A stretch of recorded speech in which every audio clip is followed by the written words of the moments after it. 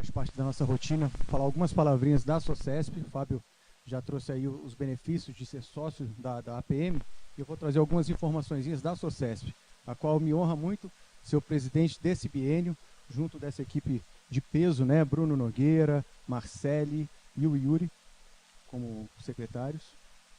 A SOCESP, que tem como missão congregar, representar e defender os interesses profissionais dos cardiologistas do estado de São Paulo, especialmente estimulando o progresso, responsabilidade social e a difusão do conhecimento em cardiologia. A SOCESP é composta pelos seus departamentos, que vai desde a farmacologia, nutrição, fisioterapia, enfermagem, psicologia e tantos outros, os quais eu já faço o meu convite público aqui para que estejam presentes. Eu sempre falo isso, vocês enriquecem a discussão, enriquecem as aulas. Acho que é muito importante a gente ter a presença dos departamentos. Nós somos uma das 19 regionais que compõem a SOCESP. Convido a todos entrarem também no site da SOCESP, que está muito bem elaborado, está de cara nova, tem bastante coisa legal, tanto para o público médico quanto também para o público leigo. E convido a todos também, aliás, aqui é o Projeto Infarto, um projeto que a gente vem brigando aí para tentar trazer para a nossa região. Ele foi aplicado recentemente em Santos.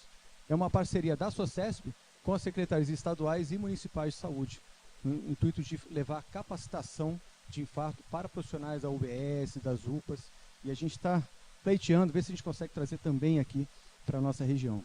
Agora sim, convido aqueles que ainda não conhecem a entrar no site da SOCESP e ver como participar desse importante estudo epidemiológico épico, e também o Pinnacle, o registro Pinnacle, que daqui certamente sairão vários estudos e vocês serão coautores desses estudos. Convido também para conhecer o centro de treinamento da SOCESP em São Paulo, realmente um centro de última geração. Eu que sou entusiasta de simulação realística, pude conhecer, realmente está muito legal, mais de 15 mil pessoas treinadas, vale muito a pena. E aqui alguns dos benefícios de se tornar sócio da SOCESP, né? Como, por exemplo, desconto no congresso, as revistas que todos recebem, desconto nos livros. A gente tem no site da SOCESP, para os associados, todas as aulas do congresso. Quem perdeu o congresso entra lá e consegue acessar todas as aulas, ver os vídeos da aula, está muito legal. Tá? Quem se inscreveu pela primeira vez, né, quem veio esse ano pela primeira vez no evento SOCESP, deu o nome lá embaixo para a Rosália, acaba de se tornar um sócio temporário. Tá? Todos vocês, quem já vem, já se tornou um sócio temporário.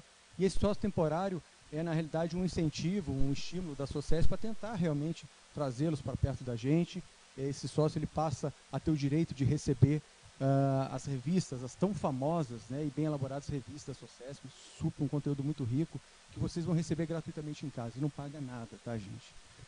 Aí, alguma das publicações da SOCESP, o tratado novo, né, o livro de atualização e reciclagem, o de casos clínicos. A gente está próximo também do congresso de casos clínicos, que em breve eu vou poder divulgar para vocês. Convido aqueles que já participaram de tantos eventos SOCESP, quer seja regional como congresso, a colaborar com a SOCESP na elaboração dessas memórias SOCESP, né? Aqui para o e-mail memórias@socesp.org.br, trazendo vídeos, fotos, cartas, comentários, porque isso certamente enriquece a história da nossa sociedade. Faço questão de falar um a um todos os patrocinadores que viabilizam isso que a gente está fazendo aqui, as novidades que a gente tem trazido, como a Dimen, o Sabin, a Biolab, a Behringer, Plani, Bayer, Servier, Daiichi Sankyo, Torrent, AstraZeneca, URC, Merck, Pfizer, Libs e Axê. Graças a esses caras que acreditaram na nossa regional, é possível a gente fazer um evento ao vivo, é possível a gente trazer mais eventos para vocês. O apoio sempre incondicional no Vinho de Bicicleta e também do grupo de arritmia, liderado e capitaneado pelo Eduardo Costa, e também de todos aqueles que estão nos cedendo a casa para que a gente possa levar os nossos eventos, os hospitais, a APM, né, inaugurando a APM, e nosso próximo evento intra-hospitalar será praticamente inaugurando, né, Fabinho, o novo auditório da Unimed. Isso a gente deve anunciar em breve também. Agende-se para os próximos eventos, estamos inaugurando. Muitos de vocês pediam isso, né? Vamos discutir caso. Então a gente trouxe a sessão de casos clínicos. O coordenador vai ser o Bruno dessa sessão. Convido aqueles que tenham casos interessantes a enviar para o e-mail dele. A gente às vezes discute nos grupos, né? socesp.vp@gmail.com. A gente vai selecionar 1 ou 2 casos para que a gente possa discutir. Tá ruim? O áudio? É? Legal, vamos lá. Então, a gente vai começar essa sessão de casos clínicos. A primeira vai ser semana que vem, numa quarta-feira, no auditório Sabin. Tá? Então, quem puder ir lá para contribuir com a opinião, com a sua experiência, vai ser legal. Já temos o caso, acho que o Zaruk vai apresentar um caso, esse primeiro caso. Tá? Um caso bem bacana, já tive a oportunidade de ter acesso, um caso bem legal. E para as próximas sessões, todos vocês, independente se são cardiologistas, não podem contribuir também com seus casos. Só lembrando, essa aula é a nossa segunda aula transmitida ao vivo. Tá? A gente disponibilizou o link para vocês. E as aulas transmitidas ao vivo vão ficar no site da SOCESP, ali dentro de regionais. Procura lá, Vale do Paraíba. Já temos a primeira aula, que foi do Marcelo Bertolami. Está lá, é só acessar. A gente teve nessa primeira aula 171 visualizações.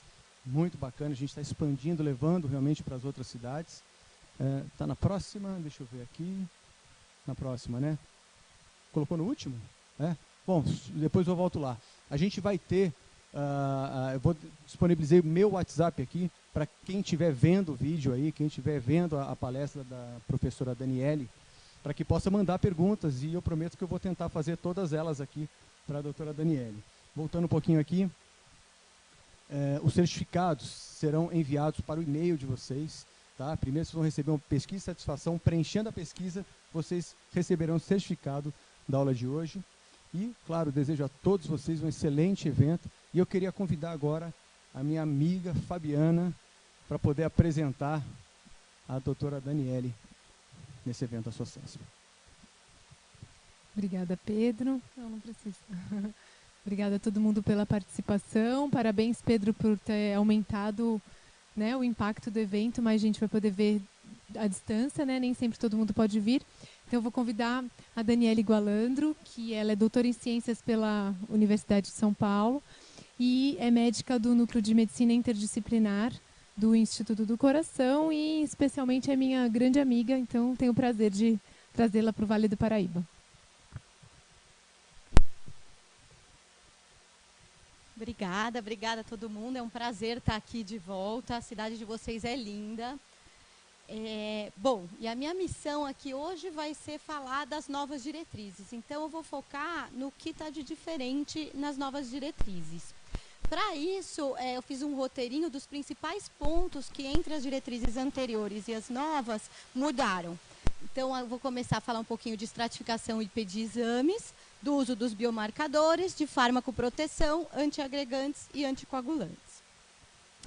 Começando com a estratificação, a primeira coisa é o que não mudou, e o que não muda e nunca vai mudar, espero, é que a avaliação perioperatória não é liberar para cirurgia. Então, sempre a gente tem que pensar que a gente não tem bola de cristal.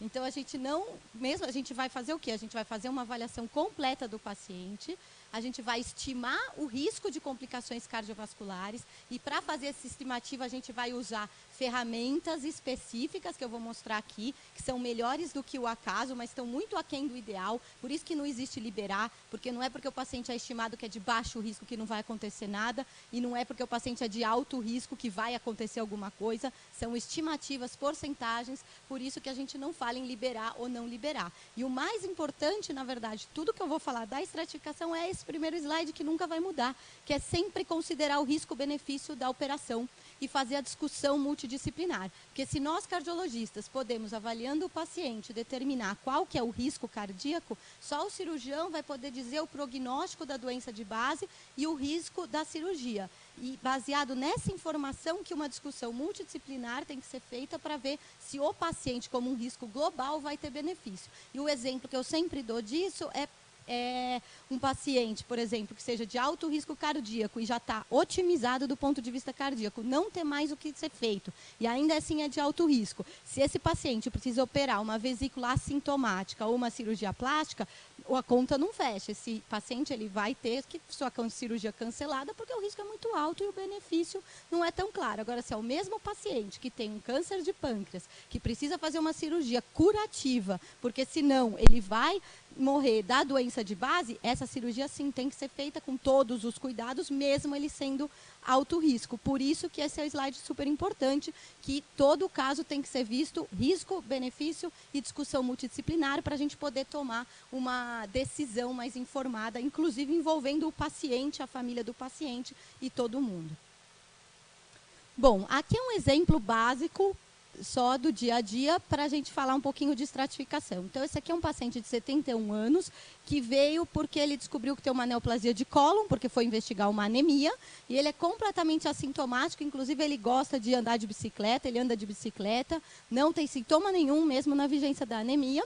De antecedentes, ele é ex-tabagista, hipertenso, e teve um infarto há 1 ano e meio, quando ele fez uma angioplastia da CD com estente farmacológico, que era a única lesão que ele tinha. Não tem nenhuma alteração no exame físico, pressão está controlada, frequência cardíaca de 64, e o paciente já está medicado com AS, atorvastatina, atenolol e enalapril. Bom, o eletrocardiograma, só umas ondas Q na parede inferior, e os exames laboratoriais, nada que chame atenção, além de uma anemia que discreta um HB de 10. Então, a primeira coisa é estratificar o risco. E isso teve uma mudança na diretriz nova. O fluxograma do risco ele foi atualizado. Então, segundo o fluxograma, a primeira coisa é ver, esse procedimento cirúrgico é de urgência ou emergência? Porque se é uma emergência ou mesmo uma urgência, a gente não vai ficar pedindo exames que vão retardar esse procedimento. Então, se for, a gente vai direto para essas orientações dessas cirurgias, que basicamente vão ser orientações de manejo de medicações e necessidade de monitorização ou de pós-operatório de UTI, sem retardar a cirurgia. Mas não é o caso do nosso paciente, ele não tem uma emergência. Então, aí, se ele não tem, eu vou para o segundo passo, que é se ele tem condições cardiovasculares graves no perioperatório. E aí, são essas condições aqui, basicamente, qualquer síndrome coronariana aguda, edema agudo. Aí, o que entrou de novo aqui? IC, classe funcional 3 ou 4, e angina, classe funcional 3 ou 4. Então, se isso estiver presente, a gente indica esperar, segurar a cirurgia eletiva e tratar o problema cardíaco primeiro. E isso foi uma coisa que mudou na diretriz atual. Brad ou taquiarritmias graves, né? Ou para FA, uma frequência cardíaca maior do que 120, para pressão arterial acima de 180 por 111. Abaixo disso, você não tem um aumento importante das complicações cardiovasculares. Então, não seria uma contraindicação para ir para a cirurgia nesse momento. E HP sintomática. Então, se tiver isso, aí sim você tem que adiar e estabilizar a condição cardíaca. Se não, aí a gente vai estratificar segundo algum algoritmo. Qual algoritmo utilizar? E isso sempre é um dilema, né? Porque cada hora sai um algoritmo novo, aí a gente não sabe qual usar, as diretrizes recomendam algoritmos diferentes. Então, eu pensei em mostrar para vocês um pouquinho de cada algoritmo, porque, que nem eu falei, eles são melhores que o acaso, mas eles ainda estão longe do ideal. Por isso que precisa de nós médicos, senão era só pôr no computador e o cirurgião fazia, ou o próprio computador fazia e dava o risco, não precisava da gente. Então, a gente tem que ter o conhecimento das limitações e vantagens de cada um, para ver como que o nosso paciente vai melhor se beneficiar da avaliação. Aqui, a gente vê qual que é a diferença. Os mais usados, que é o que a diretriz recomenda, é o ACP, o LI e o EMAPO. Porque eles são algoritmos que eles dão o risco, eles estimam o risco do quê? De complicações cardiovasculares. Outros algoritmos mais recentes, eles foram feitos, que são esses 4 aqui da direita, eles foram feitos baseados naqueles grandes bancos de dados dos cirurgiões americanos. Então, esses de cima aqui são um banco de dados de vascular, que começou com 10 mil pacientes nesse daqui, foi aumentando e vai sendo alimentado continuamente. E esse aqui de baixo é dos cirurgiões, cirurgias gerais, que ele já está em quase 1 milhão de pacientes. São algoritmos baseados nesses grandes bancos de dados. E qual a diferença? E por que a nossa diretriz ainda recomenda a utilização inicial de um desses 3?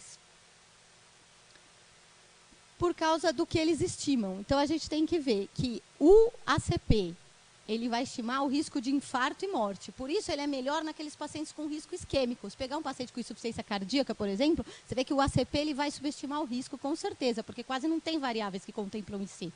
Já o LI e o EMAPO, eles contemplam a ocorrência de eventos cardíacos no geral. Então, IC descompensada, edema agudo de pulmão, FV, arritmia e infarto também, síndrome coronariana aguda. São melhores nesses casos. Esses dois aqui são específicos da vascular. Esse que eu vou mostrar que é o que a gente mais usa, que é o LIVAS, que é o VSG-CRI, que é um LI adaptado para cirurgia vascular.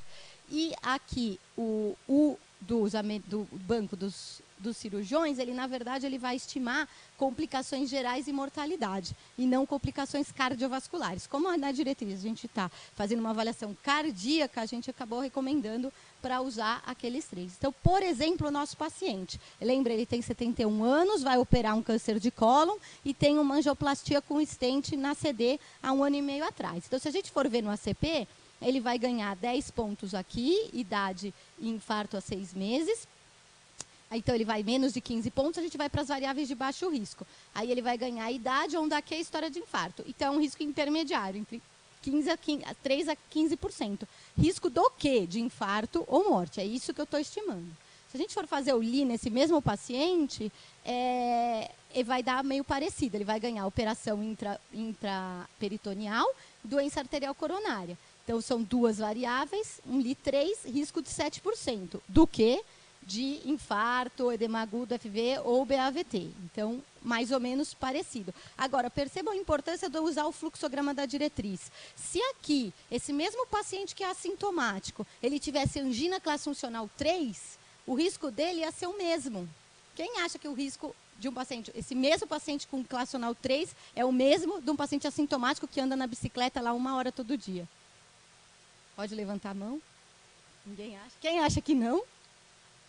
Oba, obrigada, gente. Quem não acha nada, quem está em casa não dá para saber, pode mandar no WhatsApp. Então, por isso que a gente colocou aquela parte do fluxograma. E para IC, a mesma coisa se aplica. Ele não considera classe funcional, então corre o risco de você fazer uma avaliação num paciente que tem uma miocardiopatia, por exemplo, não isquêmica, ele está em classe funcional 3, eu coloco ele no algoritmo e dá baixo risco. Poxa, mas ele não é baixo risco nem para ficar em casa, quase. Como é que eu vou falar que ele é baixo risco para fazer um procedimento cirúrgico? Por isso que a gente colocou aquela parte do fluxograma. Porque aí, automaticamente, se ele tem essas condições, ele vai entrar já como alto risco. Alguma pergunta até aqui disso? Da estratificação? Não? O pessoal está inibido ainda. Bom, e se o mesmo paciente fosse fazer, em vez de uma colecistectomia, em vez de uma cirurgia de cólon, uma revascularização periférica infringuinal? Aí vem de novo a limitação do algoritmo, nesse caso principalmente do LI. Se a gente vê que o LI ele pode subestimar o risco em pacientes que vão para a cirurgia de aorta ou principalmente revasque periférica, que são infringuinais. Então, por exemplo, esse paciente, ele ia pontuar 1. Só de doença coronária, ou seja, ele ia ser um baixo risco, menos de 1% de chance. Vocês acham que um paciente também de 71 anos, ex-tabagista, hipertenso, com stent, com infarto prévio, tem um risco menor que 1% para fazer uma cirurgia vascular? Com certeza isso está subestimado. Por isso que na cirurgia vascular, a gente preconiza, em vez do LI, fazer o LIVAS, que esse é um trabalho que a gente fez, trabalho multicêntrico que a gente, em conjunto lá com o INCOR, são quase 1000 pacientes que a gente testou no dia a dia da vida real, porque esses estudos, né? Dia a dia, vida real. 1000 pacientes que vão para qualquer cirurgia vascular e foram monitorizados com eletrotroponina para detecção de evento no pós-operatório. A gente vê que o LI, ele subestimou muito o risco. O LIVAS, que foi bem melhor, como a gente vê pela acurácia aqui da curva ROC. Mas uma coisa que chama a atenção também, que a gente sempre tem que ter em mente, olha aqui a vida real. Esse daqui é a complicação no estudo. Esse aqui foi a nossa complicação. Então, mesmo o baixo risco, que aqui seria mais ou menos uns 3%, para a gente já foi quase 5%. Então, de base, ele já dá uma subestimada quando a gente pega paciente indiscriminado. É urgência, é emergência, pega todos os pacientes e coloca no dia a dia, né? Que é a diferença dos estudos, que eles acabam escolhendo aqueles pacientes menos graves. Então, isso a gente tem que ter em mente para a cirurgia vascular. Por exemplo, esse paciente, se a gente fosse fazer o LIVASC, aí ele ia dar bem mais condizente, porque ele ia ganhar ponto aqui da idade, 3, da doença coronária e do tabagismo, ou seja, 6 pontos, ele ia ter um risco mais ou menos de 6,6% de ter evento, que é bem mais condizente, né, com esse caso, do que um risco menor que 1% que teria dado no LI. no caso dessa cirurgia. Por isso que para o vascular a gente acaba usando esse algoritmo. E aqui eu trouxe só para mostrar para vocês, porque esse é o calculadora dos cirurgiões, que é o que a diretriz americana, por exemplo, recomenda. E qual que é o problema? Ele é bom para você complicação geral. Como é que você faz? Não tem como fazer ele à mão. É uma ferramenta totalmente no computador, tem que entrar no site.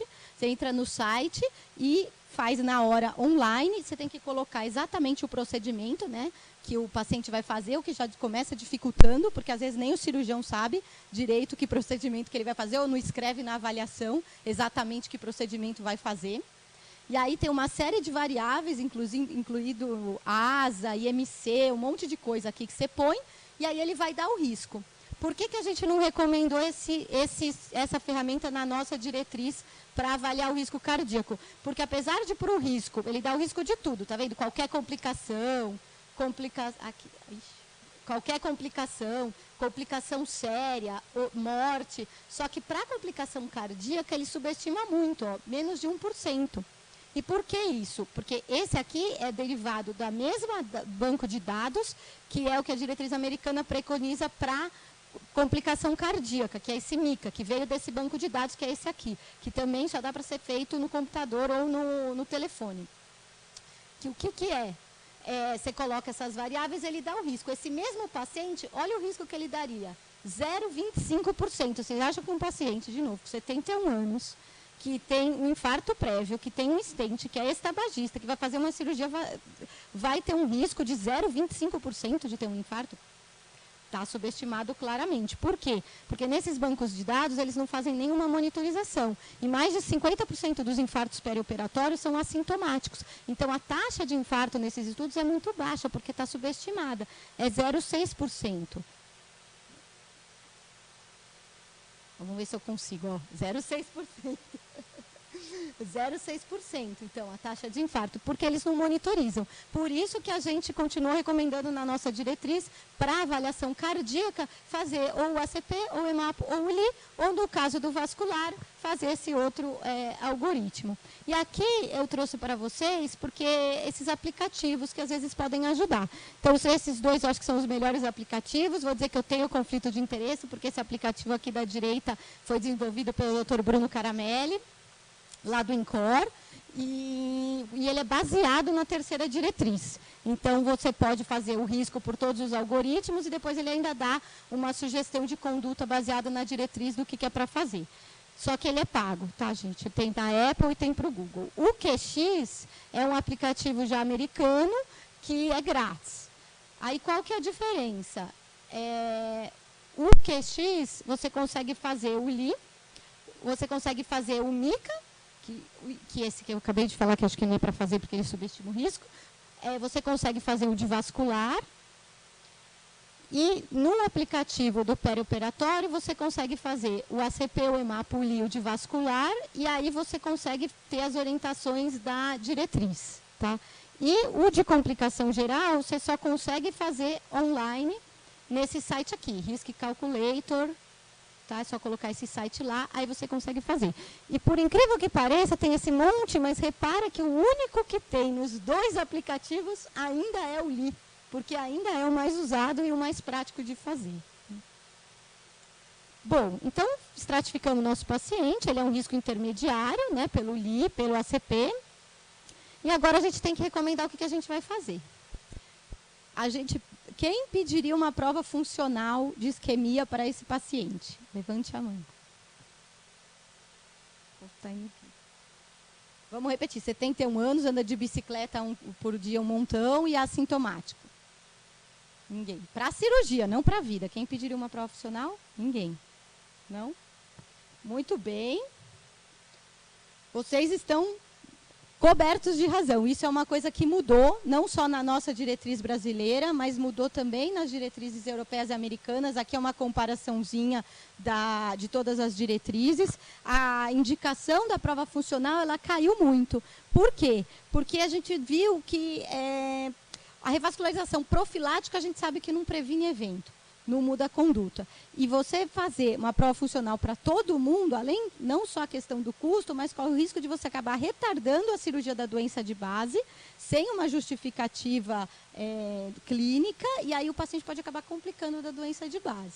Então, a gente realmente, essa indicação da cintilografia ou da prova funcional, ela caiu muito. Quando que a gente deve fazer, então, uma prova funcional? Se for ver a nossa diretriz, nem tem classe 1. Só lembrando que classe 1 é aquilo que é para fazer, é comprovado que é para fazer, todo mundo faz e é recomendado. E o nível de evidência A é que tem meta-análise ou mais de um estudo randomizado, o B tem um estudo randomizado e o C tem opinião de especialista, certo? Então, aqui a gente vê que é 2A, né? Ou seja, a maior parte das pessoas indica que é para fazer uma prova funcional quando eu tenho um risco intermediário alto e o paciente vai para a cirurgia vascular, ponto. Isso é o que eu tenho que fazer. Se eu vai para uma cirurgia não vascular, igual o paciente que eu mostrei, que não é igual ao paciente que eu mostrei, é um 2B, ou seja, a divergência, a maioria das pessoas não faz, e pode ser que não é claro que haja um benefício, é você fazer, se tem um risco intermediário alto, uma cirurgia de risco intermediário e uma baixa capacidade funcional. Note aqui todo o E. E isso é a mesma coisa na diretriz europeia, eles têm um classe 1, mas que é uma cirurgia de alto risco e um Li maior que 2 e baixa capacidade funcional. E para a cirurgia de risco intermediário, que seria o de do nosso paciente, seria e um Li maior que 1 e baixa capacidade funcional. Então, vocês têm a valorização da capacidade funcional. Por que isso? Porque a gente já sabe que pacientes com boa capacidade funcional, que são assintomáticos, não igual me falaram hoje, o paciente consegue subir um lance de escada, e aí? Daí ele fica com falta de ar e chega lá morrendo. Não, daí não tem uma boa capacidade, não é assintomático. Tem que ser assintomático com uma boa capacidade funcional, para deixar claro. Aí você não precisa fazer a prova funcional. Aí ninguém está falando, porque a gente está sendo filmado ao vivo, mas está todo mundo pensando, mas se eu não fizer um teste ergométrico e depois meu paciente complica e infarta no pós-operatório, aí vão falar, mas por que eu não fiz esse teste ergométrico no paciente que já era coronariopata e que já deveria fazer, porque eu quero orientar exercício e eu já ia fazer um teste ergométrico assim mesmo. Leio mentes. Então, por isso que existe a diretriz, para embasar exatamente o fato de fazer só o que tem uma indicação médica de fazer e não a medicina defensiva. Mesmo porque o fato de você fazer uma prova funcional e ela ser negativa, não significa que esse paciente não vai ter um infarto. Porque a gente sabe que metade, mais ou menos, dos infartos perioperatórios são tipo 1, ou seja, a placa que nem é tão obstrutiva e que rompe. Ou seja, pode muito bem ter um teste negativo e acontecer um infarto pós-operatório. Por isso que eu sempre falo que não é bola de cristal, por isso que não existe liberado. A gente estima o risco, mas o risco é baixo. Mas se para aquele paciente o risco é 0,5% e com ele aconteceu, para ele, para a família dele, é 100%. Então, a gente sempre tem que ter isso em mente e conversar muito com o paciente, com a família, exatamente isso. Olha, existe uma probabilidade, a gente pode sair na rua e pode ser atropelado. Claro, se eu olhar para o lado que estão vindo os carros, a minha chance de ser atropelado diminui, certo? Então, é mais ou menos isso que a gente tem que fazer. Tá? Então, realmente, a gente não pediria aqui a prova funcional. E uma coisa nova que apareceu em todas as diretrizes foi que entrou como um classe 3.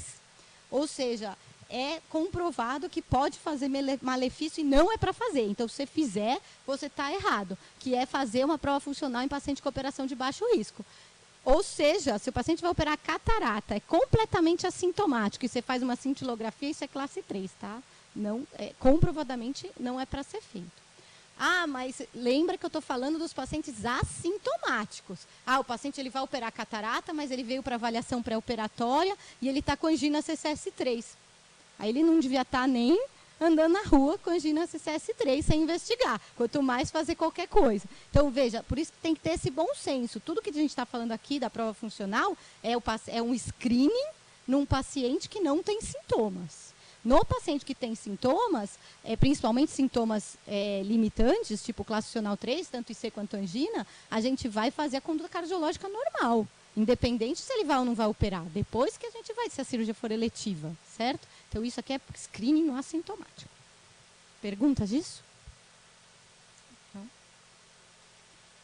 Aí aqui só para lembrar que eu já falei a importância, mas que é uma pergunta muito simples, que acima de 4 METs você tem um menor risco, então alguma coisa, tudo que está para cá é acima de 4 METs. Então eu pessoalmente acho mais fácil perguntar subir um lance de escada ou caminhar numa subida, se consegue fazer. Bom, e aqui eu trouxe uma outra evidência de um eco, que eu acho que é outro assunto importante, porque outra coisa, o cirurgião ama um eco. Né? Às vezes o paciente vem para avaliação, ele traz só o hemograma e o coágulo, que é o padrão, e às vezes o cirurgião fala, não, eu já vou pedir exames para você chegar lá com exames, e aí ele vem com o eco, aí o eco é normal, e aí ele fica felicíssimo, porque agora o eco é normal, então o paciente está liberado total, porque não vai ter risco nenhum. Não. O eco também não deve ser pedido levianamente no perioperatório. E a gente já tem algumas evidências que isso pode trazer malefício. Então, eu trouxe esse exemplo aqui desse estudo, que são pacientes, é uma corte retrospectiva de pacientes que foram operados, submetidos à cirurgia não cardíaca, fizeram e não fizeram eco no pré. E aqui, o eco ele foi associado a um aumento da mortalidade. Um aumento da mortalidade. Fazer um eco em todo mundo, indiscriminadamente, no perioperatório. Poxa, mas é um exame ultrassom? Como que é assim? Como? Não, isso, né, são hipóteses, mas uma das coisas prováveis são os dois opostos. Um é que a pessoa faz um eco, acha o eco é normal, então não vai acontecer nada, deixa de monitorizar, deixa de fazer a farmacoproteção, ou às vezes deixa de indicar uma prova funcional que poderia ter indicação por causa disso, e aí o paciente acaba complicando. E o outro lado faz um eco, acha alguma alteração que não tem nenhum significado para o perioperatório, mas resolve ficar investigando isso antes, e o paciente acaba complicando da doença de base. Isso a gente vê muito, principalmente nas neoplasias, né? Paciente, e aí vai enrolando, e aí acaba que o paciente compromete o prognóstico da doença de base por conta disso. Então, até o eco não é um exame inócuo. E quando que a gente faz um eco? Então, aqui, na nossa diretriz, é classe 1, ou seja, eu tenho que fazer, se o paciente está com IC, eu tenho sintomas sugestivos de IC, se eu vou para o transplante hepático, mas é um pré-operatório específico, se eu tenho suspeita de uma valvopatia moderada ou importante. É um 2A, ou seja, é bom fazer se o paciente tem prótese e nunca foi avaliado no último ano, é bom repetir o eco.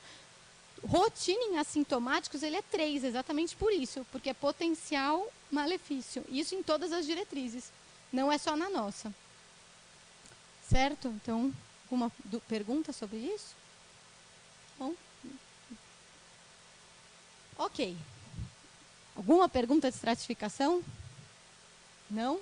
Então, agora eu vou falar um pouquinho do uso de biomarcadores, porque a gente faz muito exame de imagem, mas agora os biomarcadores eles podem ser úteis no perioperatório e a gente está saindo bastante trabalhos sobre biomarcadores. E aqui eu quero dizer que eu tenho um conflito de interesse importantíssimo, porque eu sou fã, pessoalmente, do uso dos biomarcadores.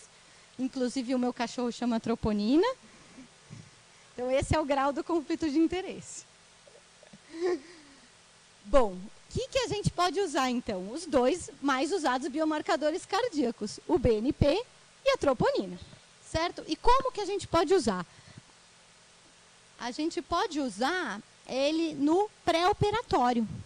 Então, por exemplo, aqui nos últimos 20 anos, a gente tem mais de 20 estudos e mais de 4 meta-análises que, ainda bem, dessa vez demonstraram a mesma coisa, então não tem polêmica, que um BNP ou um NT-proBNP no pré-operatório, eles são preditores independentes, tanto de eventos cardíacos quanto de mortalidade no pós-operatório. Então, pode ser um exame interessante para ajudar na estratificação de risco.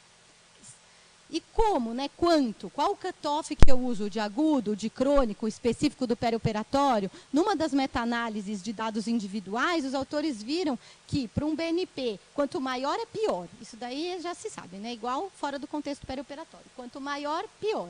Agora, se eu tenho um BNP acima de 100, ou um NT-proBNP acima de 300, aí eu começo a ter um aumento do risco.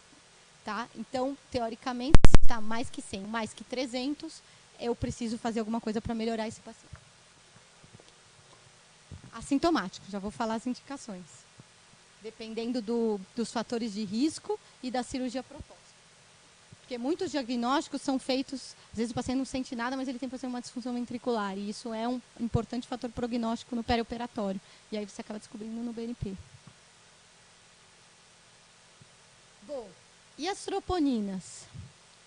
As troponinas, desde 2009, foram desenvolvidos kits mais sensíveis de troponina, como vocês sabem, que ajudaram bastante no rule-in ou rule-out dos pacientes com dor torácica na sala de emergência.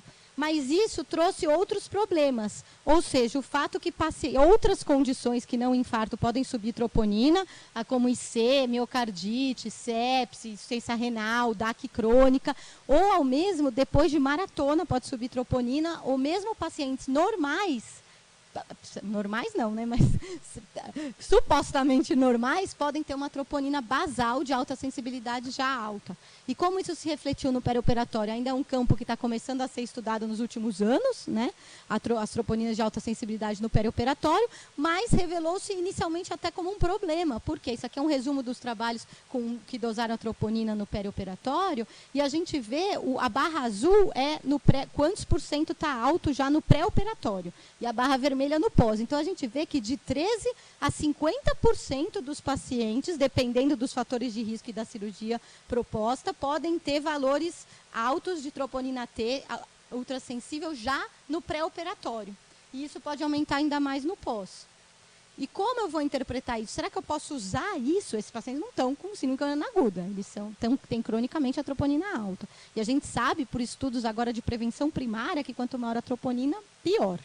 Como a gente pode usar isso no perioperatório? Então, já esse estudo aqui com 1.000 pacientes com qualquer tipo de cirurgia mostrou que a troponina T aqui tinha uma acurácia semelhante ao score de risco de Lee para estimar a complicação. Então, isso pode ser usado como um adicional aos scores de risco para estimar a complicação cardíaca no perioperatório. Para a cirurgia vascular,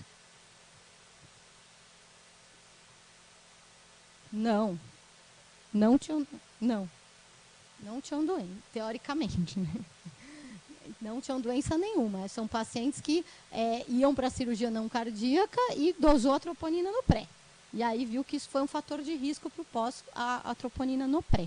Para vascular, isso ainda era meio questionável. Aqui esse é um trabalho que a gente fez com 1.000 pacientes, dos quais 780 eram não vasculares e 243 eram vasculares, que viu as diferenças entre a troponina T de alta sensibilidade e AI no pré-operatório. Então, o que a gente pode ver aqui é que menos pacientes, aqui é a porcentagem de pacientes que têm valores altos no pré-operatório. Se a gente usar a troponina I de alta sensibilidade, esse aqui é o kit da Abbott, a gente vê que menos tem, 7% só tinha alto. Já a T, 36% tinha alto. Em comparação com a troponina sensível, só que essa aqui é a troponina sensível da Siemens, ela tem bem menos do que a troponina T aqui, isso no pré-operatório. E isso pode ser usado, sim, para estimar risco. Então, a gente vê que ele teve uma acurácia de 0,8 para estimar MACE, né, o risco cardiovascular perioperatório, tanto a T quanto a I, só que no subgrupo do vascular, aí no pré-operatório parece ser um pouco melhor.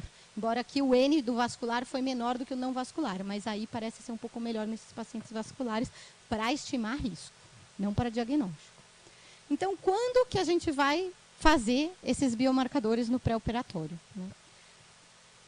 Para o BNP, a gente vai fazer pacientes que vão para a cirurgia vascular arterial. Por quê? Porque geralmente eles são limitados, né, por doença vascular periférica, e a gente vê, tem trabalhos mostrando que até 30% dos pacientes da vascular, cirurgia vascular arterial, tá? Varizes não é cirurgia vascular arterial. Cirurgia vascular arterial, 30% deles podem ter disfunção ventricular assintomática, isso é um indicativo de péssimo prognóstico. Então, para a cirurgia vascular e para a cirurgia não vascular, a gente usa os critérios de um dos trabalhos que mostrou o benefício no perioperatório, de usar como estratificação de risco. Então, são pacientes que têm que ter mais de 55 anos e que tenham mais fatores de risco. Então, ou diabetes, ou hipertensão, tabagismo, ou antecedente familiar importante para a doença coronária.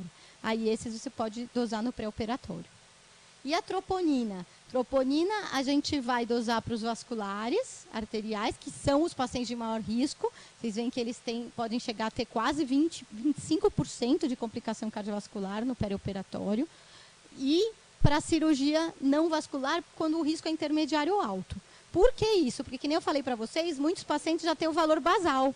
alto. Então, se eu doso só no pós, o que acontece? Está alto e eu não sei se está alto porque já era alto e o paciente não teve evento nenhum, ou se está alto porque subiu. E aí se tornou fundamental para quem trabalha em hospital, que tem os kits de maior sensibilidade, ter um valor basal para ver se faz um padrão de curva ou não, porque isso faz toda a diferença na conduta. Então, no caso do nosso paciente, a gente não precisaria estratificar, mas a gente ia indicar uma monitorização para ele, ou em semi-intensiva, ou em UTI, com eletro e troponina, é uma vez ao dia, tá? A troponina não é de 6 em 6, nem é uma vez ao dia só, mas por 3 dias aí, que são quando ocorrem os maiores eventos perioperatórios. A maior parte dos eventos é no primeiro dia, cai no segundo dia, cai no terceiro dia, mas a maioria, quase 80%, acontece nesses 3 primeiros dias. Por isso que a gente faz nesse ponto uma monitorização ativa. E é quando o paciente, geralmente, ele está sedado, ou às vezes ele está confuso, ou às vezes ele está com muita dor no local da incisão. Então, a gente confunde muito os sintomas. Depois disso, a chance de ter um sintoma é maior, porque aí o paciente já está acordado, está conversando, já está com menos dor, acaba sendo mais fácil. Bom, e aí vem o problema 2, que é como que eu vou interpretar a troponina, né? Porque se eu falei que já era alto, como que eu vou interpretar isso no pós-operatório? Isso também se tornou um desafio. Então, a gente viu aqui, estão começando a sair os trabalhos agora, o estudo Vision foi o primeiro que publicou com a troponina T de alta sensibilidade em mais de 20 mil pacientes. E o que eles observaram? Eles dosaram no pós-operatório a troponina. E eles viram que quanto maior a troponina, maior a mortalidade em 30 dias, mesmo dentro dos valores normais. Então, aqui, ó, o valor normal é 14 para essa troponina. Mesmo de 5 a 14, quem tinha entre 5 e 14 tinha 3 vezes mais risco de morrer do que quem tinha menor que 5, ou seja, indetectável. E quanto maior a troponina, maior o risco de morrer em 30 dias. Só que qual que é o problema disso? É que nem eu falei para vocês, tem pacientes que, como prevenção primária, já foi demonstrado. Então, como é que eu sei se isso é o risco basal dele a longo prazo, porque ele tem uma troponina alta, ou se isso foi uma complicação da cirurgia que eu tenho que fazer algum tipo de intervenção agora? Aí, por isso que nesse outro estudo que a gente participou, a gente tentou fazer um valor de delta, ou seja, qual é o grau de lesão miocárdica que foi associado à cirurgia. E aqui também são pacientes diferentes do Vision, são pacientes de risco, não são qualquer paciente. Então, aqui no caso, eram pacientes, mais de 2.000 cirurgias em pacientes com mais de 65 anos ou com mais de 45 anos e qualquer doença aterosclerótica conhecida. Então, paciente com mais de 65 anos, que é mais ou menos quem precisa da monitorização, né? E o infarto perioperatório, né, ou injúria perioperatória, foi definida como um delta de 14. Por que 14? Porque 14 é o percentil 99. Então, seria 14 mais 14. E isso foi associado com o aumento da mortalidade em 30 dias e em 1 ano depois da cirurgia. Mas o mais interessante foi esse gráfico aqui, que é o quê? Exatamente essa diferenciação, porque aqui a gente dosou no pré, do que é alto porque já era alto e o que é alto que subiu. Então, a gente vê que os piores pacientes são aqueles que eles já tinham alto e, em cima desse valor alto, eles fizeram o delta, que são aqueles pacientes que tiveram a injúria aguda em cima da injúria crônica, vamos dizer assim.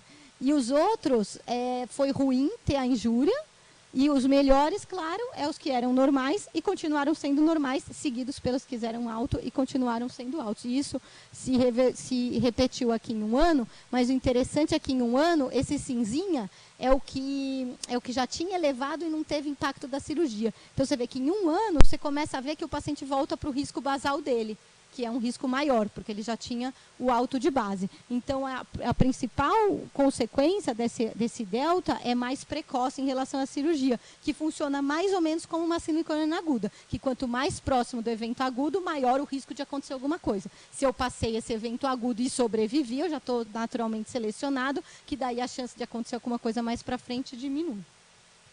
Bom, e como interpretar isso aí, essa confusão, então, que foi feita com esses kits novos? A gente criou na diretriz um fluxograma para tentar dar um guia para identificar e tratar esses pacientes. Então, se a troponina é maior que 14, ou seja, está alta, eu vou ver se essa elevação é crônica. Se é sim, eu não vou fazer nenhuma conduta específica. Se é não, eu tenho um diagnóstico não cardíaco ou cardíaco não coronariano que justifique isso, porque a gente vê às vezes o paciente opera e ele sai em choque distributivo com nora, vasopressina, cheio de droga, hipotensão, e aí ele sobe troponina. É um marcador de risco, é que nem a troponina na sepsia, é um marcador de risco de lesão miocárdica, não necessariamente a coronária. Então, nesses casos que existe uma causa clara para o aumento de troponina não cardíaca, né, ou uma doença sistêmica, o tratamento é só da doença de base. Se não, esse paciente caracteriza aqueles pacientes dos estudos, é uma elevação isolada de troponina. Aí o que eu vou fazer com esse paciente? Depende. Se ele preencher os outros critérios da definição de infarto, eu vou tratar ele com uma síndrome coronariana aguda. Se não, aí ninguém sabe o que fazer com esses pacientes, eu vou falar o que a gente faz, mas é tudo nível de evidência C. Esses pacientes, se a gente viu, eles têm um maior risco de complicação cardiovascular. A gente acaba fazendo uma estratificação não invasiva antes da alta ou ambulatorial precoce, se existe a chance de fazer isso no serviço, mas isso é tudo nível de evidência C. Tudo bem?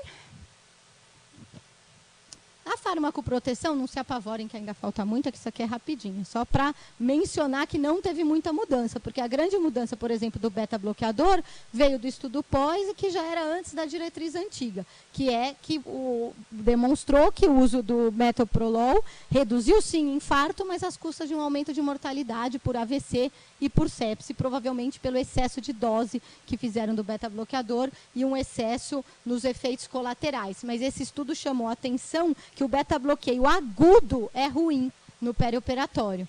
Então, o que a gente sabe sobre o beta-bloqueador? Não é que ele é ruim, que ele não reduz o infarto, ele reduz, mas ele não é mais igual antigamente a gente pensava, que dá para todo mundo. Não, a gente teve que achar qual população que se beneficia do beta-bloqueador sem ter o efeito colateral indesejado. E depois de muitos estudos, o que foi visto? Esse aqui, por exemplo, é um interessante, que eles pegaram mais de 28 mil pacientes e viram que quem se beneficiou mais de manter o beta-bloqueador foram os subgrupos de pacientes com IC ou com infarto há menos de 2 anos. Então, aqueles pacientes que já deviam estar tomando o beta-bloqueador de qualquer jeito. Uma outra coisa é o timing. Isso é o mais importante. Então, a gente viu aqui, esse estudo, mais de 40 mil pacientes, a barrinha clarinha é quando o beta-bloqueador foi dado antes de 7 dias da cirurgia. E as barrinhas escuras aqui é até 30 dias e aqui mais de 30 dias antes da cirurgia. E a gente vê que o beta-bloqueio crônico, vamos falar, não teve nenhum impacto em mortalidade, nem infarto, nem em 30 dias, nem em 1 ano. Mas o beta-bloqueio agudo teve um aumento da mortalidade aqui em 30 dias. Então, o beta-bloqueador é um remédio que precisa de médico. Então, quando a gente dá, quando tem indicação, as indicações foram restringidas, e quando a gente for dar, sempre 1 semana antes da cirurgia, uma dose baixa e monitorizando a frequência cardíaca. E a gente sabe já que a suspensão ela é deletéria. Então, a gente não deve suspender. Aqui a gente vê nesse gráfico que os pacientes que suspenderam, que são esses com xizinho, eles têm uma sobrevida menor do que os outros. Então, suspender a gente não deve. Como que ficou? É por todas as diretrizes, mantendo o paciente que já usa. Então, se o paciente já usa, a gente mantém. Quando que a gente dá? Pela nossa diretriz, é um 2A, ou seja, eu devo dar se o paciente tem angina ou se ele tem isquemia em prova funcional. Mas aí, lembrando, respeitando o limite dos 7 dias. É um classe 3, por todas as diretrizes, você iniciar 1 semana antes da operação, no caso da nossa, iniciarem dessas doses ou iniciar no dia da operação. Resumindo, o beta-bloqueio agudo é ruim. Então, se eu avaliei o paciente hoje, ele tem indicação de tomar, mas é aquela avaliação que me pediram no hospital e esse paciente vai operar amanhã, eu não dou e ele vai operar sem. Se eu estou no meu consultório, eu vi um paciente, ele tem indicação de tomar e ele vai operar depois, eu dou, titulo a dose até eu ter uma frequência de 60 e aí eu deixo ele operar. Então, entre dar na semana da cirurgia e não dar, é melhor não dar, tá? Se eu vou dar, eu tenho que ter essa segurança. E para quem que eu só dou, hoje em dia, para quem tem isquemia sintomática ou em provas funcionais. A estatina não mudou nada. Então, são os mesmos estudos que tem randomizados, que tem benefício para cirurgia vascular mesmo. Então, aqui o que acontece? Paciente que já usa, você mantém. Paciente vascular é 1 pela nossa e 2A pelas outras. E quando eu tenho uma aterosclerose conhecida, não tem por que não dá, porque era um paciente que ele já devia estar tomando para a vida dele. Se ele não está tomando, o perioperatório é uma boa hora para começar. Bom, farmacoproteção é isso. Outra coisa que mudou é que a clonidina não tem mais, por causa do estudo POISE-2, que demonstrou um aumento dos efeitos colaterais. A clonidina ela não tem mais nenhuma indicação como prevenção de complicação cardiovascular no perioperatório. Como complicação. Isso não quer dizer que ela não possa ser usada como antihipertensivo. Então, se o paciente é hipertenso e está tomando, você mantém. Se ele é hipertenso e não está controlando e você quer dar e ele vai operar, você dá. O estudo foi feito em pacientes, não era para controlar a hipertensão, era preventivo. Isso é que não é para fazer. Ok. Aí, o antiagregantes foi uma coisa que mudou muito também da última diretriz. Para essa, principalmente, a questão da dupla antiagregação, que saíram vários estudos novos. Do AS não mudou muito. Então, a gente sabe que o efeito rebote da suspensão do AS é ruim, né? A gente tem estudos pequenos que foram interrompidos por que não consegui incluir pacientes, que o uso do AS ele diminui a complicação cardíaca em pacientes de risco. Mas o estudo POISE-2, que foi o maior estudo com AS, que randomizava paciente para receber AS ou não, ou que já tomava AS para manter ou tirar. E aí esse estudo ele foi negativo, porque ele não reduziu eventos, mas ele aumentou a complicação hemorrágica. Só que esse estudo tem que ser olhado com cautela, por quê? Porque era tudo meio misturado, eles davam o AS para quem tinha prevenção primária. E hoje a gente sabe que a gente não dá AS para prevenção primária nem quando não vai operar. Imagina começar antes da cirurgia, porque não é que não sangra mais, sangra mais. Só que já tem estudos mostrando que não dá um sangramento importante naqueles pacientes. Então, o paciente tem que ter uma relação risco-benefício. Ele tem que ser um paciente de risco isquêmico, para ele ter o benefício de você poder manter. E aqui não fez diferença, né? E a gente vê, sangrou mais, mas quando a gente vai olhar, a minoria dos pacientes tinha história de doença de revasque ou de stent, de qualquer intervenção. E pacientes também com stent precoce eram excluídos. Então, por isso que não pode ser extrapolado para tudo. E aí, esse aqui eu trouxe, não é para ler tudo isso não, mas é para mostrar para vocês que eu nem consegui fazer uma tabela daquela para esse assunto, porque depois desse estudo pós, o negócio ficou tão polêmico que a diretriz, tanto a americana quanto a europeia, resolveram ficar meio em cima do muro. Então, isso aqui é ótimo, porque assim, é classe 3, você iniciar ou continuar S, porque não tem benefício. A menos que o risco de eventos isquêmicos supere o risco do sangramento cirúrgico. O que significa isso? Faz o que você quiser, que nós não queremos se manifestar. A europeia foi meio no mesmo caminho também. A continuação da aspirina pode ser considerada e deve ser baseada numa decisão individual que depende no risco de sangramento perioperatório, usado contra o risco das complicações trombóticas, blá, blá, blá, blá. Resumindo, veja bem e faz o que você quiser. Vou resumir. E aí, então, a nossa diretriz...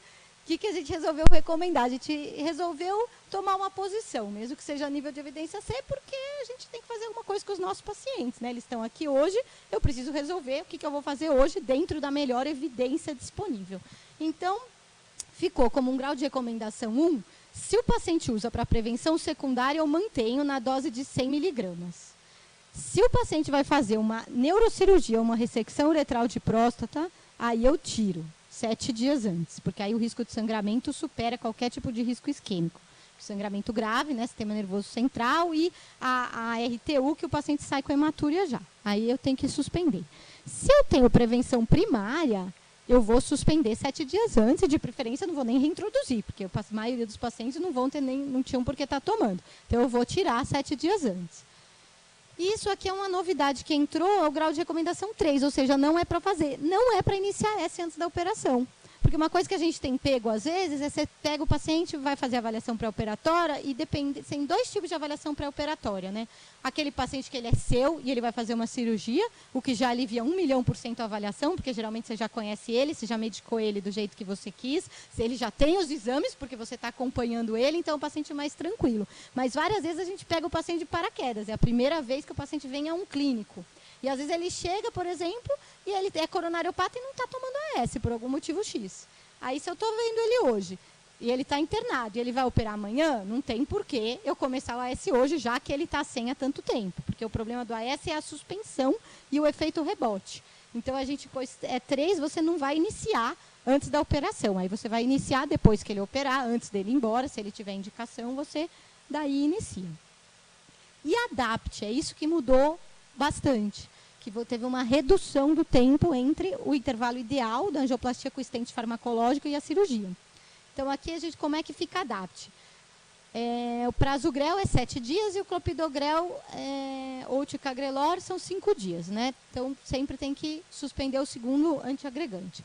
Não realizar cirurgias eletivas antes de 6 semanas no estente convencional, 6 meses agora no estente farmacológico ou 1 ano após síndrome coronariana aguda. Por que isso? Então, aqui, primeiro, o fato de ter um estente aumenta o risco de complicação? Sim. Nesse estudo aqui, com 9.000 pacientes com estente há menos de 2 anos, a gente viu que entre os controles pareados, a taxa de infarto, revasque ou morte em 30 dias foi 5,7% nos pacientes com estente versus 3% nos sem estente. E aqui é o tempo entre a cirurgia, a angioplastia e o estente. Aqui, essa segunda linha que eu pus é 1 ano e essa primeira linha é 6 meses. Só que esse estudo ele foi feito de 2000, então ainda tinha pacientes com os estentes mais antigos, que eram os que trombosavam mais, que a gente tinha medo. Agora, essa é uma meta-análise que não é de perioperatório, mas que viu a DAPT mais curta com a prolongada. Então, é 3 a 6 meses versus 12 meses. E viu que com os estentes mais novos não teve um aumento nem da mortalidade, nem do sangramento maior, nem do infarto agudo do miocárdio. Daí, e para os pacientes que vão para a cirurgia não cardíaca, né? Aqui é um estudo só para cirurgia não cardíaca, mas para pacientes que tiveram síndrome coronariana aguda. E a gente vê que nesse subgrupo, o risco continua alto até 12 meses. Ó, o 1 é quando o risco volta para o normal. Você vê que ali o risco é quase 6, né? De 6 vezes menor que 3 meses. Aí cai um pouco, entre 3 e 6 meses, mas ele só vai reduzir mesmo mais para frente. Por isso que teve essa mudança, e essa foi uma das principais mudanças da diretriz, que o que é? O estente farmacológico. Então, para o estente convencional continua igual, o intervalo ideal é 6 semanas, mas para o estente farmacológico, o intervalo ideal são 6 meses agora, e não 1 ano mais. E o intervalo mínimo são 3 meses, tá? Agora, se eu fiz qualquer tipo de revascularização miocárdica no contexto de uma síndrome coronariana aguda, de um infarto, aí o intervalo ideal é sempre 1 ano, independente do tipo de revascularização ou do tipo de estente. Que a gente viu que esses pacientes têm maior risco até 1 ano depois. Então, se for uma cirurgia eletiva, a gente posterga por 1 ano. E se é uma cirurgia de urgência? Se é uma cirurgia de urgência, eu vou manter o AS, a maior parte das cirurgias não dá para fazer com DAPT, então eu vou manter o AS e tirar o clopidogrel 5 dias antes, tá? E reintroduzir assim que possível, idealmente antes do 5º PO. Se o risco isquêmico é muito grande e dependendo do tempo, se for um tempo muito curto entre a angioplastia, aí a gente discute com o cirurgião, dependendo do tipo de cirurgia, se pode ser feita com DAPT. Por exemplo, um exemplo que a gente tem frequente disso é a vascular. O paciente infartou no pós-operatório de um enxerto e agora ele precisa amputar. Eles fazem a amputação com a DAPT. Aí teve que angioplastar, aí faz. Então, é um exemplo. É pseudoaneurisma, faz com a DAPT. Então, mas é uma discussão caso a caso se o sítio é compressível, como é que é. Aí tem que ser uma discussão multidisciplinar se pode ou não fazer a DAPT, em casos extremos.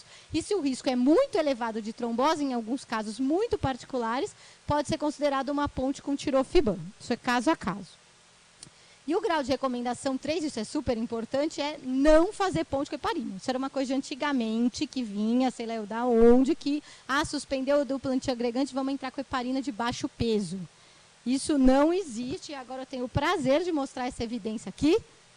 Ponte com heparina não, que é um trabalho que realmente mostrou que os pacientes com stent, que receberam algum tipo de heparina de baixo peso como ponte, eles não só tiveram mais sangramento, como eles tiveram mais MACE, mais evento isquêmico. Porque é o mesmo princípio da síndrome coronariana aguda. Aquele paciente que ele sangra na vigência de síndrome coronariana aguda, ele vai ter mais evento isquêmico, porque começa complicado, aí você tira tudo, daí volta, aí acaba tendo o risco isquêmico. Então, não é para fazer ponte com heparina por causa de stent, né?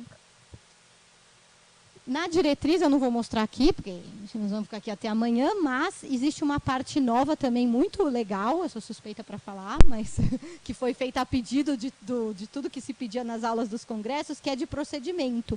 Então, tem uma sessão só de procedimento. Tem procedimento dentário, endoscópico e oftalmológico e dermatológico, o que é para fazer com a antiagregação e com a anticoagulação. Então, está tudo lá, só consultar. Tem uma sessão inteira só para isso. E o anticoagulante, 2 palavrinhas, Primeira coisa, lembrar, 2 coisas que eu queria lembrar de anticoagulante. É o estudo BRIDGE. Por quê? A gente tinha um negócio que, assim, o paciente está tomando varfarina, a gente faz ponte. Não sei, a gente que é cardiologista, a gente tem muito esse reflexo, né? Tá com varfarina, eu tiro a varfarina, já espero, já dou a inoxaparina, depois eu faço ponte. E a gente tem que tentar controlar esse reflexo, porque a gente já tem vários estudos sugeriram, e aqui o estudo randomizado, o estudo BRIDGE, que isso aumenta sangramento. Então, não é para todo mundo ter esse reflexo de, tá com varfarina, eu tenho que fazer a ponte. Não. O estudo BRIDGE, ele mostrou que aumentou o sangramento com a ponte, o sangramento maior ou menor. Desculpa aqui, gente, não esquece essa embolia pulmonar, é para estar aqui, tá? Acho que desconfigurou. Então, é sangramento menor e maior, que foi mais importante com a ponte, não teve diferença com o evento isquêmico. Tem alguns questionamentos, porque o risco de tromboembolismo desses pacientes era baixo, então esse N é pouco, e 90% dos procedimentos eram menores, mas não faz mal, porque serviu para alertar exatamente não ter esse reflexo. Então, quando que a gente faz ponte? Toda vez que a gente pega um paciente que está tomando varfarina, a gente tem que pensar, será que esse paciente se beneficia da ponte? E quem se beneficia da ponte? Isso aqui está no chest, mas está igual, na nossa diretriz está igual. Eu tenho que ver o risco de tromboembolismo. Então, se o risco de tromboembolismo, por que ele tem? Né? Se é prótese valvar mecânica, ele é alto com prótese mitral, prótese aórtica antiga ou prótese aórtica com AVC e AIT há menos de 6 meses. A própria prótese aórtica nova, sem nenhum fator de risco para AVC, não é obrigatório, ela é baixo o risco de tromboembolismo. E para FA, é uma FA com chá de 5 ou 6, ou com AVC e AIT, ou FA com doença valvar, que é alto risco. Sem AVC e chá de 0 a 2 é baixo risco. E por que isso é importante? Porque com alto risco, aí eu vou fazer a ponte. Aí, quando eu for fazer a ponte, eu só tenho que lembrar que isso é uma outra coisa que mudou por causa de vários estudos que saíram, que a última dose da inoxaparina tem que ser 24 horas antes da cirurgia. E depois ela tem que ser reintroduzida 24 horas depois da cirurgia. Porque uma das coisas que aumenta sangramento é você dar antes desse período a anticoagulação plena, tá? Não a profilática. No baixo risco, eu não preciso fazer a ponte. E eu posso até estar sendo lesivo, porque eu posso aumentar o risco de sangramento de fazer a ponte. E no risco moderado, ninguém sabe, então a gente faz o que a gente quiser. Aí a gente vê qual que é o fator de risco, então como eu faço? Nível de evidência C, como eu faço? O paciente tem FA, tem miocardiopatia dilatada, fração de 20, eu faço a ponte. O paciente ele tem FA, mas ele tem FA e o CHADS dele é maior porque ele é hipertenso e tem 66 anos e é diabético. Aí eu não faço, então é meio a critério do bom senso de quem está avaliando. E por último, os anticoagulantes diretos. Né? Então, os anticoagulantes diretos, agora chegou-se a uma conclusão, eu peguei essa tabelinha que está organizada, mas é a mesma informação que também tem na nossa diretriz. Coisas importantes. A dabigatrana é que a gente mais tem que se preocupar com a função renal. Então, a dabigatrana, primeiro a gente tem que ver se é cirurgia de baixo risco de sangramento ou alto risco.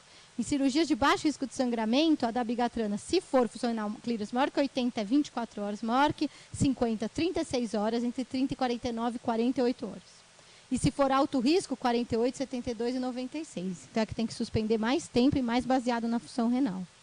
Já para os inibidores 10A, Pixaban, Edoxaban, Rivaroxaban, a gente tem baixo risco 24 horas, proclina-se maior que 30 e alto risco 48 horas. Proclina-se maior que 30. Então fica um pouquinho mais fácil de decorar. E lembrar é isso aqui, no bridging, sem ponte, porque uma coisa que a gente vê que às vezes é um pouco estranha é que o paciente toma rivaroxabana, daí ele interna, aí tira a rivaroxabana e deixa a enoxaparina.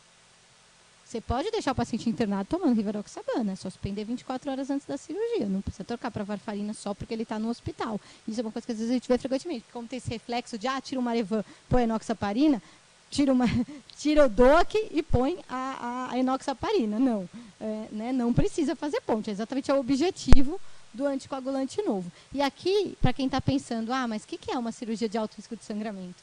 Neurocirurgia, cirurgia de coluna, cirurgia de pâncreas, às vezes sangra bastante, aí é questão de conversar com o cirurgião, mas o mais clássico de alto risco são as neurocirurgias. Perguntas? E lembrar que para o dabigatrana, né, você tem o reversor. Então, em caso de uma cirurgia de urgência ou emergência, se tiver disponível, pode usar o reversor, o idarocizumab. Já foi o trabalho, tinha poucos pacientes, mas metade deles, eles fizeram o reversor por causa de procedimento, também no caso de cirurgia não cardíaca. Gente, perguntas? Perguntas no WhatsApp?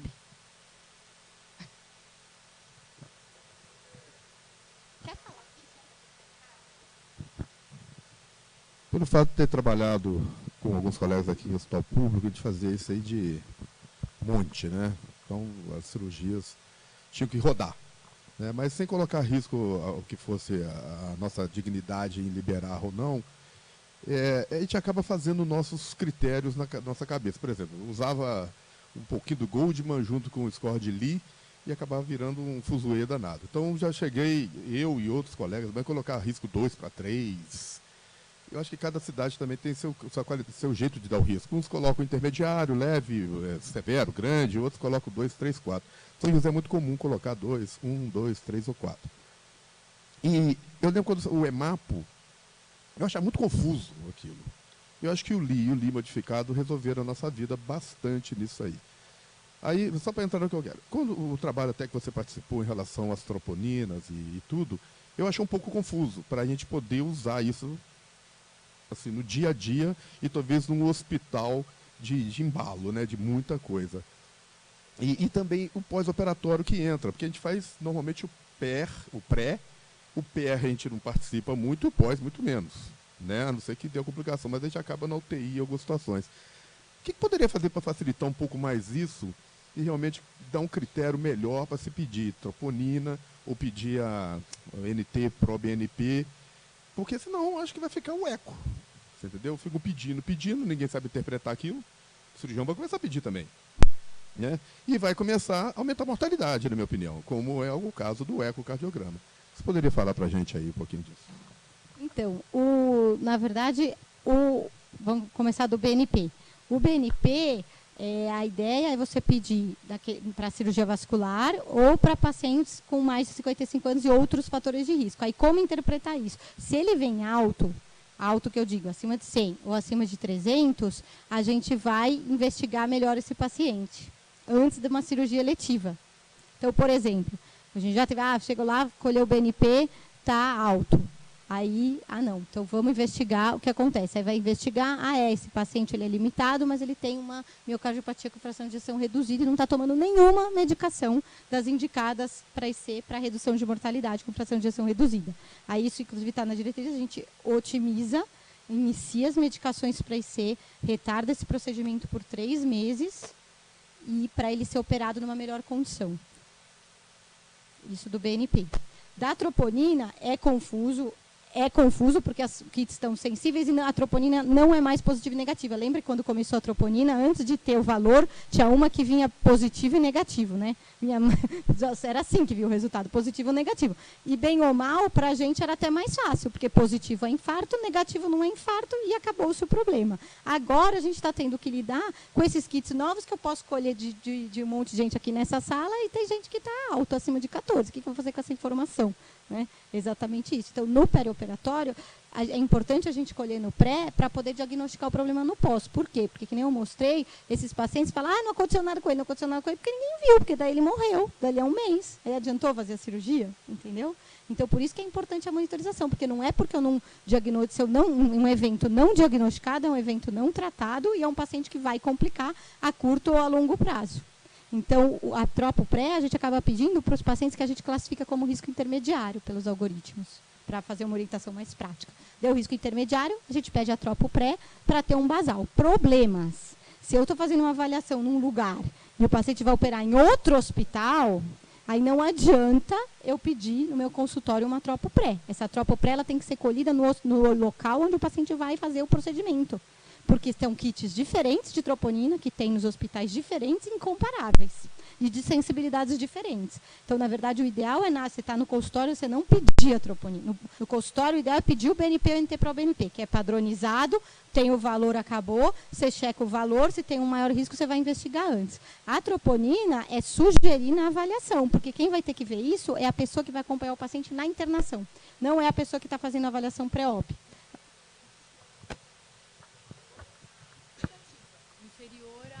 Independente do lugar.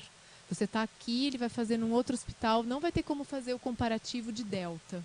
Você não tem como fazer isso porque ele está ali na sua mão.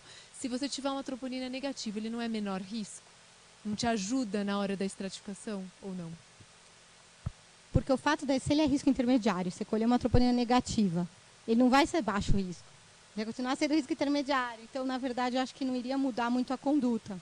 Entendeu? Porque se vier, o que poderia mudar a conduta no consultório, talvez está no consultório. Aí você fez o algoritmo, deu baixo risco. Aí você olha o paciente e fala, não é possível, esse paciente não é baixo risco de jeito nenhum. Como assim deu baixo risco? Não é baixo risco. Aí, deixa eu reestratificar. Daí você pede uma troponina, vem alta. Aí você fala, olha aqui, não era baixo risco. Aí você escreve lá, paciente, esse risco não é baixo risco. Não, porque aí você orienta os cuidados para o risco intermediário, que se fosse baixo risco você não ia orientar.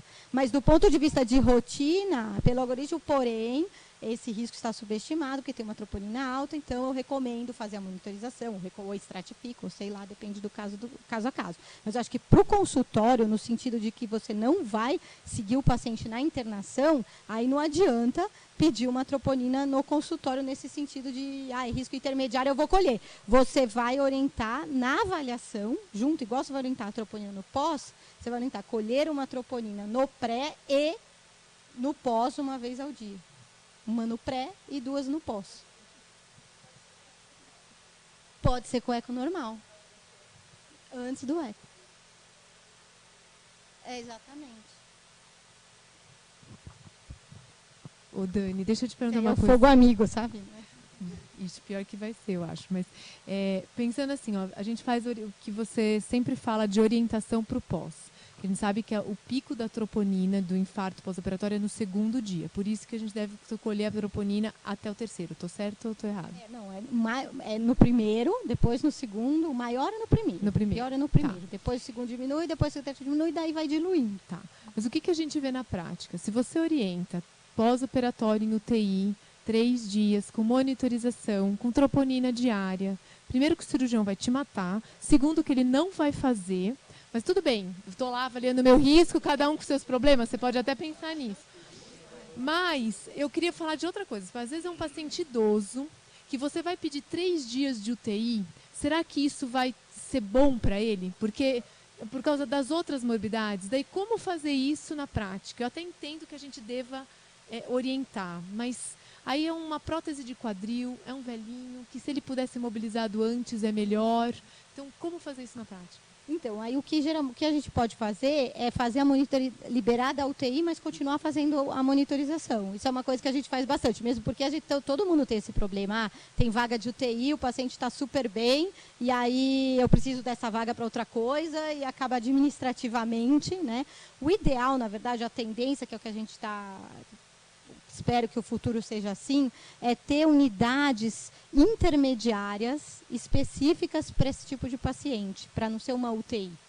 Porque tem hospitais, aqui eu não sei como é que são os hospitais aqui, mas, por exemplo, tem hospitais que você tem uma UCO, é um quarto, só que o paciente está no quarto, com a família dele, no quarto normal. A diferença que chama SEMI é que ele tem um monitor e uma telemetria lá no posto de enfermagem. Acho que esse daí seria o ambiente ideal, entendeu? Aí ele não precisa de UTI, ele vai para esse ambiente de SEMI, que é um quarto, mas ele faz o eletro, ele faz a troponina e ele fica com o monitor.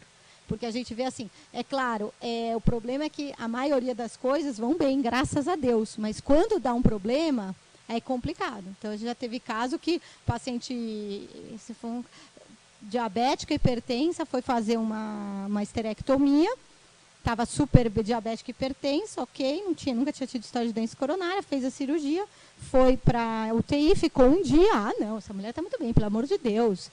Enfermaria da GO. Foi embora para o ginecologista no 2º dia. No 2º dia à tarde, edema agudo de pulmão, aquela, né, dentro da enfermaria, aquela confusão, e parou em AESP, foi reanimado, voltei, história feliz, tá? Foi para o CAT, tronco, era um infarto. Então, assim, a gente não tem bola de cristal. Então, a questão é... Não, mas era um tronco, a paciente foi revascularizada, ficou bem e foi para casa bem, história feliz. Mas poderia não ter sido uma história feliz, se não tivesse sido visto, se não fosse de dia, se alguém não estivesse passando lá na hora, a gente sabe como é que é. Então, a gente tem que recomendar, a gente vai brigando por condições melhores nos hospitais que a gente trabalha, mas a gente, acho que falar, não, a maioria não acontece nada, então eu vou autorizar ir para o quarto. Acho complexo, difícil, mas a gente pode ter esse bom senso desse meio termo, né? Manter a monitorização.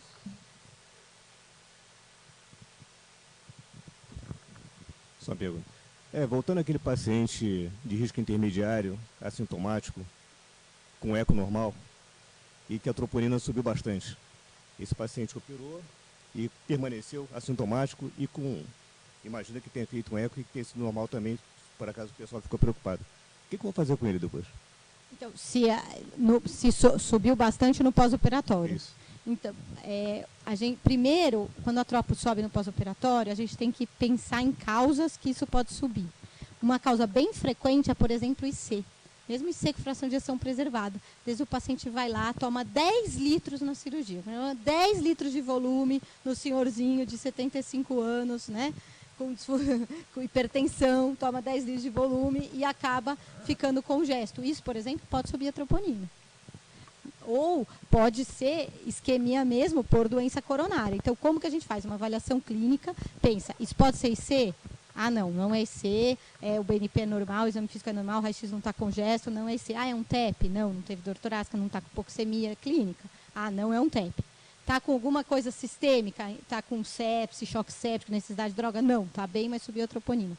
Então, sobra uma elevação isolada. O que a gente faz? A gente faz uma estratificação não invasiva. Se o eco é normal, a gente faz uma cintilografia no pós-operatório para ver se tem isquemia, daí conduta normal, né? CAT, tratar, tudo isso.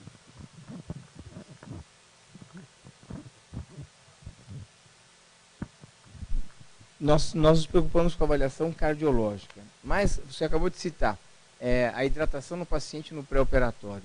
Tem, por exemplo, o projeto Acerto, que são uma série de medidas que são tomadas para reduzir o risco. Lá no INCOR, isso é seguido? Vocês seguem, por exemplo, todos aqueles cuidados que você faz no pré-operatório, desde a parte nutricional até o intra, o pré, o intra e o pós-operatório. Os cuidados do cirurgião, orientação, não faz tratamento de cólon, não hiperidrata o paciente, ou não hidrate o paciente. Isso acontece num grande hospital como o INCOR ou não? Não, tem todos os protocolos da cirurgia de avaliação nutricional, tudo isso para as cirurgias. A gente faz a avaliação, a gente orienta, mas às vezes é coisa que não depende da gente, né? Mas tem sim todos os protocolos lá da cirurgia. Porque isso acaba contribuindo muito com as complicações no pós-operatório, né? Então, isso desde o estudo ERAS, lá 15 anos atrás, né? E que acabou gerando aqui no Brasil o projeto Acerto. Só sua curiosidade, Guilherme. Daniele, acho que essa semana a gente viu que tem cirurgia de tão baixo risco que a gente pode fazer dentro de casa, né? Esperando certos bumbuns aí. Mas recebemos muito aqui, acho que avaliação para endoscopia e colonoscopia. E quais critérios a gente usa? A gente escreve pré-operatório lá, a gente vai usar esses mesmos critérios ou usa outros critérios para essa avaliação de endoscopia e colonoscopia? Quando o procedimento é de baixo risco, esses são procedimentos de baixo risco em geral, a gente usa as ferramentas de avaliação, mas a gente não vai recomendar que o paciente vai fazer uma endoscopia e vai para a UTI depois, só porque vai fazer uma endoscopia. Então, aí a gente acaba usando o bom senso. A gente usa a ferramenta do risco e aí a gente orienta o que a gente acha que procede.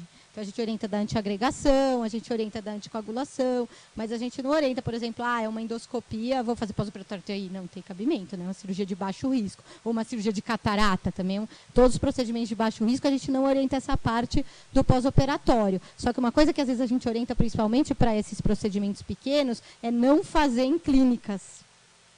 Então, a gente orienta fazer o procedimento em um hospital. porque acontece, né, se tiver uma complicação, o paciente já está dentro de um hospital. Tem até muitos laboratórios que, às vezes, só para o paciente ser idoso já nem aceita fazer, né? Nem coluno, nem endoscopia. Sim, porque... Então, a gente recomenda esse cuidado da estrutura hospitalar, mas aí não vai recomendar, claro, UTI, nada disso. É que nesse caso, às vezes, vem do cirurgião, vem do endoscopista, a pergunta, faço no hospital ou faço na clínica? E eu acho que a responsabilidade nossa de falar, assim, eu acho que era uma decisão dele, né? Eu acho que até colocar isso no papel é complicado. E outro dia, inclusive, eu fiz um pré-operatório para um cara aqui que é amigão meu, foi meu calouro na faculdade, e ele falou, Jorge, você fez o pré-operatório e não pediu eco. Inclusive tem um eco na minha clínica. Eu falei, mas pode operar? Ele falou, o anestesista não quer. Eu falei, então fala para o anestesista pedir, fala para fazer na minha clínica se quiser, mas...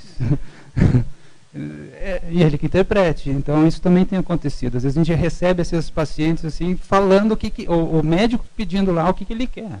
Não vejo sentido. Isso, para dar um apoio moral, acontece com a gente direto, tá? Acontece colaborando para você não se sentir sozinho. Agora nós estamos na terapia em grupo aqui a nível nacional. Isso acontece com a gente direto. Tem que respirar fundo, porque realmente a gente recebe direto. Às vezes, outra coisa comum é, o anestesista não vai operar sem avaliação do cardiologista, porque na hora que ele monitorizou tinha uma extrasístole. Você vai lá, avalia, tá, fiz a avaliação. Mas você não vai pedir nenhum eco? Eu falei, não, você não pediu avaliação? Essa é a avaliação clínica.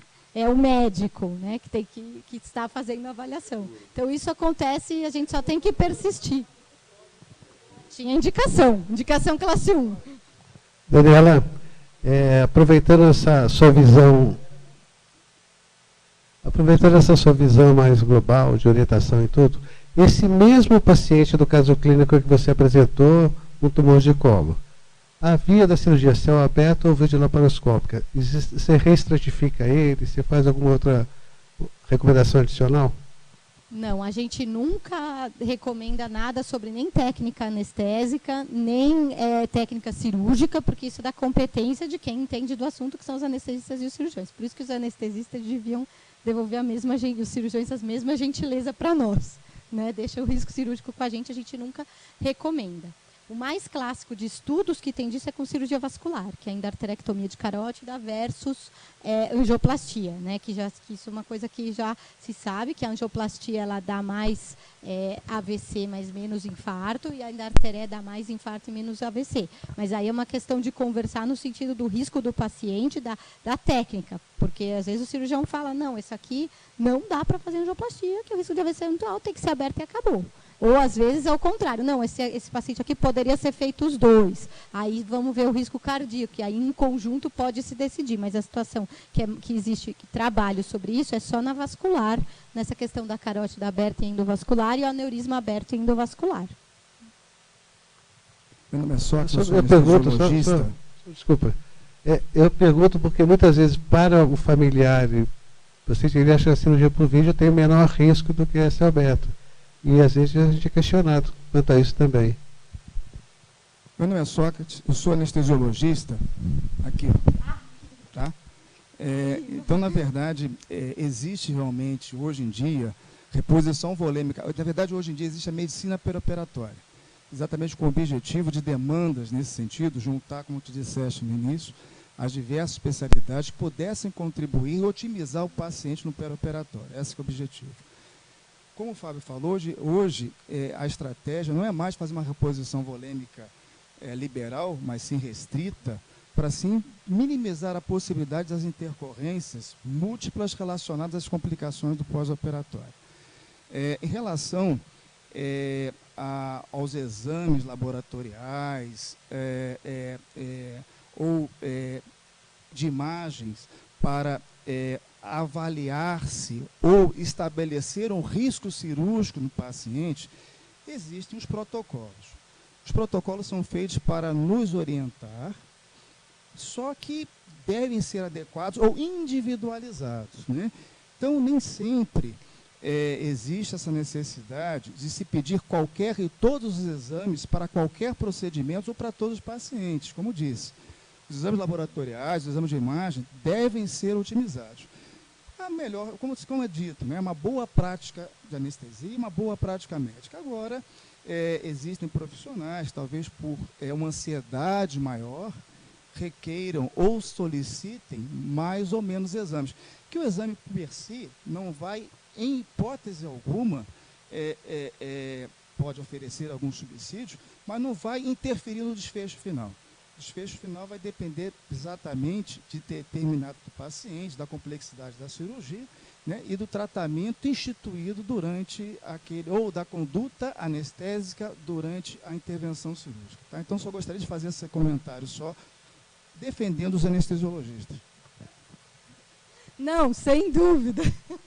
Sem dúvida, eu acho que o bom senso é uma ferramenta fundamental para todo mundo e a discussão multidisciplinar. Eu acho que o time perioperatório é fundamental. Uma coisa que a gente vê que é o que mais resolve, todos esses problemas que são falados, o que mais resolve aqui é uma coisa simples, que é um telefonema ou ir lá atrás da pessoa quando a gente está trabalhando no hospital. Às vezes você juntar e ter uma reunião com a equipe cirúrgica, anestésica, todo mundo junto, é o que mais resolve para o paciente. Porque aí, e pessoalmente, porque principalmente serviços que têm acadêmicos ou residentes, ou começa a ter muitos telefones sem fio entre as pessoas que deveriam estar conversando, isso é desaconselhado. Então, fazer uma reunião com todo mundo junto, que cada um fala a sua parte, eu acho que é o que mais resolve o problema aí do paciente.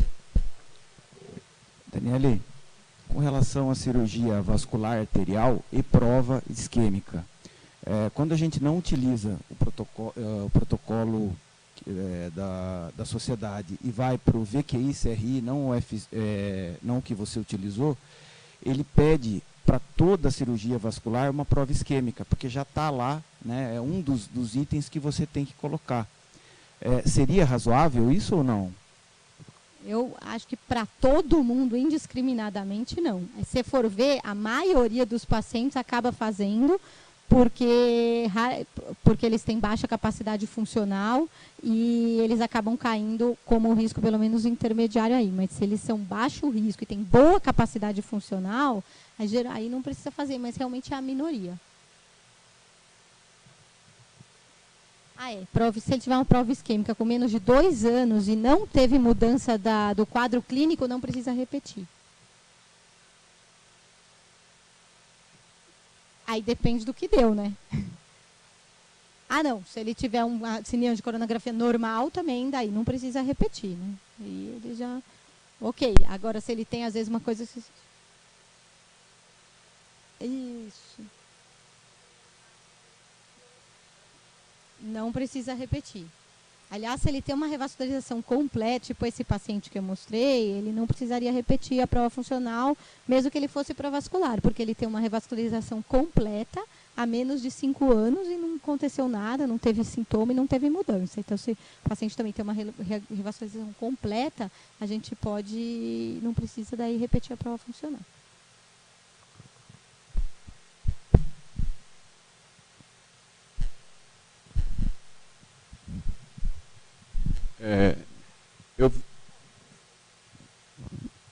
Eu vim de hospital, assim, a gente tem uma demanda muito grande de cirurgia ortopédica em pacientes octogenários, nonagenários, assim, um volume imenso. E a gente tem uma grande dificuldade, a gente observa, assim, a gente tenta ensinar de que a sintomatologia é importante na avaliação pré-operatória. Mas o problema do nonagenário, do octogenário, é que ele tem alimentação, e quando ele pode dar informação, o problema cognitivo dele é complicado da gente ter uma resposta fiel. E acaba a gente sendo autoconsumidor do ecocardiograma. Como é que você consegue fugir num paciente que tem esse perfil de fazer uma avaliação pré-operatória sem eco? E ainda tem a questão das estenoses aórticas, a gente vê um soprinho ali, a importância de encontrar uma estenose aórtica antes de uma cirurgia ortopédica, o grande é muito vozinho com fratura de colo de fêmur, né? O que a gente vê mais, não sei qual, a primeira coisa que tem que ver é qual é a cirurgia, porque o que mais a gente vê é fratura de fêmur. E qual que é o problema? Fratura de fêmur, a mortalidade de um idoso que faz uma fratura de fêmur em 1 ano é gigantesca. Se você não opera, é mais gigantesca ainda. E o tempo para a cirurgia é super importante. Então, a gente não considera isso um procedimento eletivo.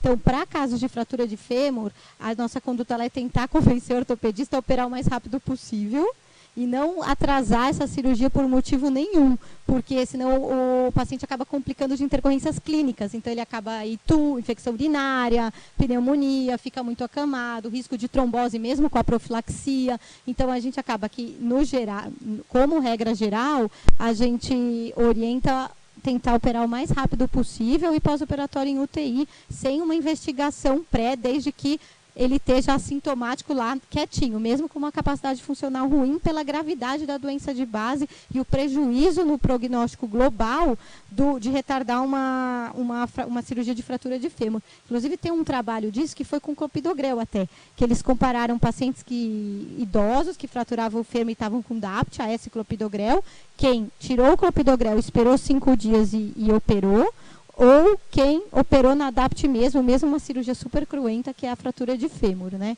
E aí eles acabaram vendo que foi melhor ter operado com a DAPT e tudo, porque o paciente que não operava, ficava esses 5 dias esperando o washout, acabava complicando de intercorrências clínicas. Então, acho que, de regra geral, se a cirurgia é uma urgência, tipo fratura de fêmur, a gente acaba fazendo o mais rápido possível, se ele é assintomático, não procurando muito, não. Agora, já acontece casos extremos, que também é comum, porque o problema é que o vozinho tem a estenose aórtica importante, não sabe, e a sincope quebra o fêmur, né? Então, esse é um problema, infelizmente, relativamente frequente. Quebrou, exatamente. Quebrou porque caiu, porque sincopou, e você vai ver, tem estenose aórtica. Esse é paciente de altíssimo, altíssimo, altíssimo risco. Aí, o que a gente faz? Aí é muito individualizado, caso a caso, tá? A gente conversa bem com a família e com o paciente, que a situação está muito, muito grave. E depois a gente vê.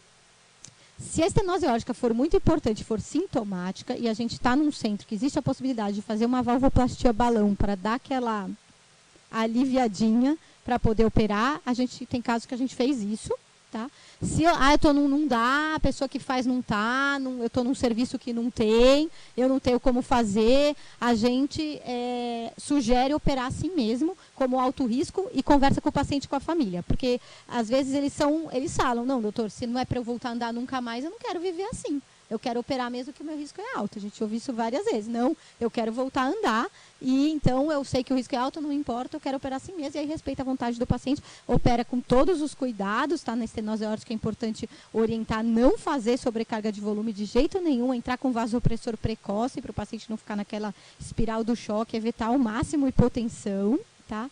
E aí pode ir para a cirurgia assim mesmo, como alto risco, tendo essa conversa com todo mundo. Acho que essas questões são bem individualizadas, tá? Já teve caso também da gente chegar, o paciente está com IC descompensada com a fratura de fêmur. A gente vai lá, otimiza um pouco a medicação e tenta operar o mais rápido possível assim que sair os sintomas de congestão de repouso. Então, é muito caso a caso, mas a tendência é priorizar, melhorar o que der para poder operar logo, porque a gente sabe que o prognóstico de não operar é muito ruim.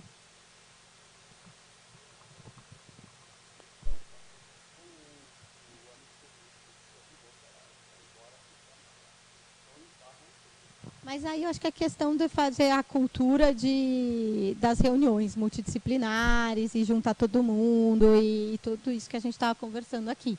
Tem que ter um time e tem que ter o contato entre as pessoas. E aí, para todo mundo junto, resolver o que é o melhor para o paciente, entendeu? Porque assim, eu estou com medo, eu quero resolver o meu problema, porque se o paciente morrer, é responsabilidade minha. Não, vamos dividir todo mundo a responsabilidade, inclusive com o paciente, porque o paciente está lá com 85 anos, ele tem todo o direito de decidir como que é o fim da vida dele, se é numa cama ou se é tentando voltar a andar e reabilitar de novo. Bom, Daniele, muito obrigado pela palestra. Eu acho que ela realmente a prova de que foi uma palestra boa foi o número de perguntas. É um tema realmente que ele é muito interessante, é do nosso cotidiano, né? Foi muito bem exposta, muito obrigado. Antes de fazer o encerramento, eu queria chamar o Davi, que é presidente da PM, ele queria dar 2 comentáriozinhos, né, Davi? Obrigado, Pedro. Bom, eu queria primeiro agradecer aí a qualidade do evento que o Pedro aí promoveu junto com o Fábio Batista, que é o nosso diretor científico, um dos nossos diretores científicos aqui, e falar que eu fiquei assim, eu sou psiquiatra, mas eu fiquei impressionado com a sua palestra, viu, doutora Daniele? Não, verdade, a qualidade técnica e o rigor científico, todos os dados que você passou, mostra que realmente a SOCESP está no caminho certo, então, parabéns. E eu queria falar um pouquinho com vocês, um pouquinho da APM, né? Aqui, com a própria casa já diz, é a casa do médico. Então, é a nossa casa, enfim, a APM sempre vai estar aberta para os eventos, não só da SOCESP, mas de qualquer especialidade que queira fazer eventos aqui. E convidar vocês que não são sócios da APM, talvez se associarem por uma série de benefícios que a APM tem. Talvez o benefício que hoje mais chame a atenção é a questão da assessoria jurídica. Só para dar um exemplo, nesse último mês eu recebi o telefonema de 2 colegas aqui da região que tiveram problemas jurídicos aqui, com processos não só no âmbito civil, mas no âmbito criminal, enfim. Então, hoje a situação está ficando cada vez mais complicada. Aí parece que existe uma indústria em relação a querer, de alguma maneira, prejudicar o médico. E hoje o gasto com o advogado, se você não tem uma estrutura, fica bastante caro. E a APM tem uma assessoria junto com um dos melhores escritórios aqui de São José. O sócio da APM não paga nada se eventualmente tiver algum problema jurídico relacionado à área médica. E é talvez assim, o escritório que a gente tem assessoria do Dr. Aníbal, que é um advogado super conhecido aqui, talvez o advogado que tenha mais experiência em relação a processos médicos, não só aqui em São José dos Campos, mas no Vale do Paraíba, e toda uma equipe que trabalha em cima disso. Então, mais uma vez, muito obrigado a todos vocês aí.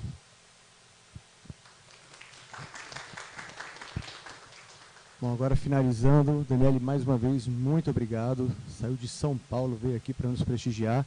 Tenho certeza que não só quem veio, mas quem pôde assistir de casa realmente gostou.